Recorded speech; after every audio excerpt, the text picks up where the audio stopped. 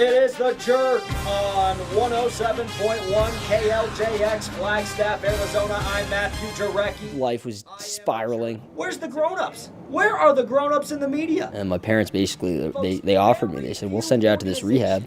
Either that or you got to get out of the house. And then, so I went, came out to Flagstaff. That was 3 years ago. When I was in rehab, radio was a thing that when I found it, I could always have it. Every day there was access to it. Dak Prescott. I could listen to my car, my phone. I was always craving more sports information and everything like that.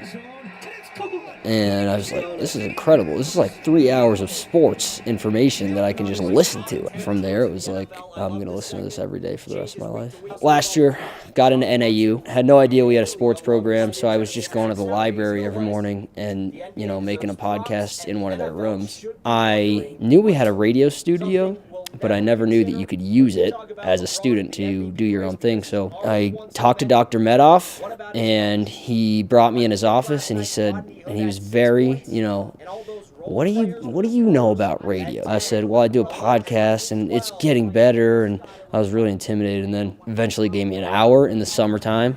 Here we are. I do 2 hours in the morning, weekdays, 8 to 10. LeBron James gets it. Definitely his passion. I am The Jerk. There definitely are days where we don't see each other until maybe 8 o'clock at night. And I think by him kind of taking this approach as I'm the jerk, it definitely stands out. It makes you take notice. Why is this guy the jerk? What makes him the jerk? And I think if you listen to his broadcast, it's not like he's necessarily coming across as a jerk in his broadcast. If you want to call into the show today, argue, call me an idiot. But also, my last name is Jarecki, so it's like a mixture of the two. It's not something that I put a lot of thought into, honestly. He likes to rile people up. He has these opinions that are very contrary to, I think, the public and could possibly make people angry, and I think that he likes that aspect of it. He stands out. It's not like a lot of student radio where you can tell that it's student radio. He is so passionate about sports and radio. I think that it definitely is a way for him to get away from everything else and just kind of lose himself in that. He just fits right in with all those other guys that you hear on national sports talk radio. His energy's there. He's got the information. He's not struggling to find things to talk about. And that really speaks to his preparation.